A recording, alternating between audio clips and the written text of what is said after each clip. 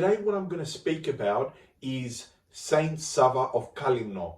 Now, I'm not sure if you've heard of him, but there was a beautiful miracle that happened in Kalymnos, and this was with an English couple. The lady had problems with her, I believe it's called fallopian tubes.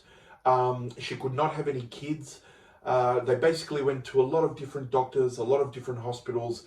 They even had to sell one of their land in order to cope with this situation. We found out about this miracle was through a radio producer. His name was Nikos Mamakas, and on the day of the feast day of St Savvas of Kalymnos, he was speaking to another radio station. In 2014, basically, an elderly couple from England has come into the ecclesiastical store, had a look around, bought a few items. Now, just before they left, Nico, the guy that works there, which is the radio producer, he gave them a blessing and also a holy icon of St Savvas. And they asked, the couple asked them pretty much, who is this? And Nico replied to that, he's the saint of our island, St Savvas. And, you know, they were curious to know who he was, and they further asked him in English, and why is he a saint? What makes him a saint? And Nico answered, he's a saint because he loved God very much, was an ascetic, worked and continues to work many miracles, cures cancer, and he helps infertile couples have children. Upon hearing this, the elderly couple said to him, wait a minute. They walked outside the bookshop and they went to their daughter, which was outside with her husband, and they called him to come inside. Once they all went inside, they asked Nico to repeat what he said, the last words. And he basically said that St Savvas helps infertile women have children. Now, the moment they heard that, they actually asked if Nico could take him to the monastery of St Savvas in Kalymnos. Just so you know what the monastery looks like, I will include this footage as well.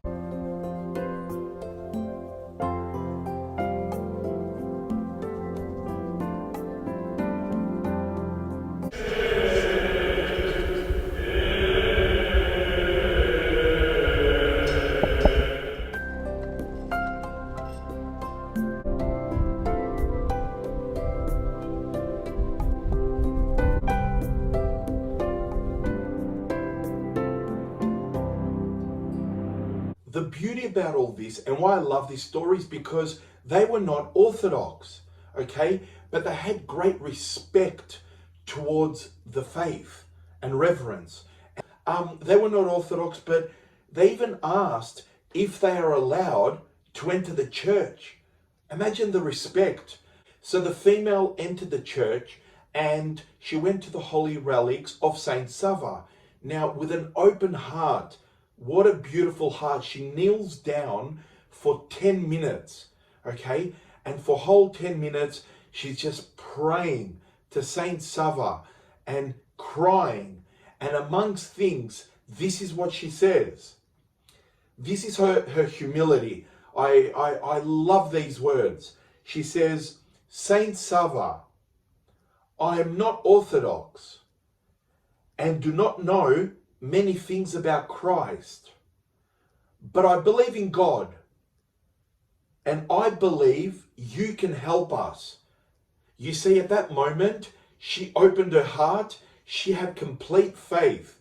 If you have trust and faith, you'll see the difference. So she then stood up, and the abbess of the monastery gave her some oil from the lamp of St Savvas, so she could take with her, so she could do the sign of the cross on her stomach. So they got all that and they left. Now, a year after, the elderly couple on a Friday goes back to the bookshop where Nick was working every Friday. And they walk in all joyful and enthusiastic, and they're looking at Nico, but he couldn't remember him. And that he sort of, they reminded him who they were. And then he did eventually remember who they were. And all of a sudden, they told him to wait. And they call their daughter with their husband and a newborn baby. Yes, they had a baby, and they've come inside, and the daughter says, "This is my newborn baby, Sabina." Okay, they named it after the saint. Now, not only that, but she told them how they all got baptized Orthodox, and even the little baby was baptized, obviously Orthodox. And I'll tell you where. It was with the help of the known Metropolitan Kalystos Ware, W-A-R-E, in England, okay? Now, what the couple did is they asked if Nico could take them all back to the monastery. And the reason they wanted to go back to the monastery is to thank the saint. Now, again, the mother enters with a little child, and this definitely brings tears to my eyes, what she said. She places the newborn baby on the coffin of the saint, and and the mother says, her words were, "Take her, she's yours, not mine."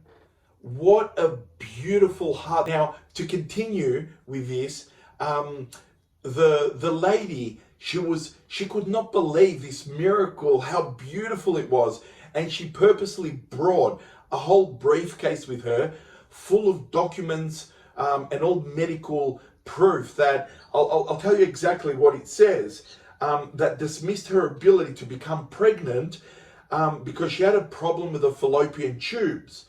And she actually pressed Nico from the bookshop to read it, just so he can understand the magnitude of this miracle.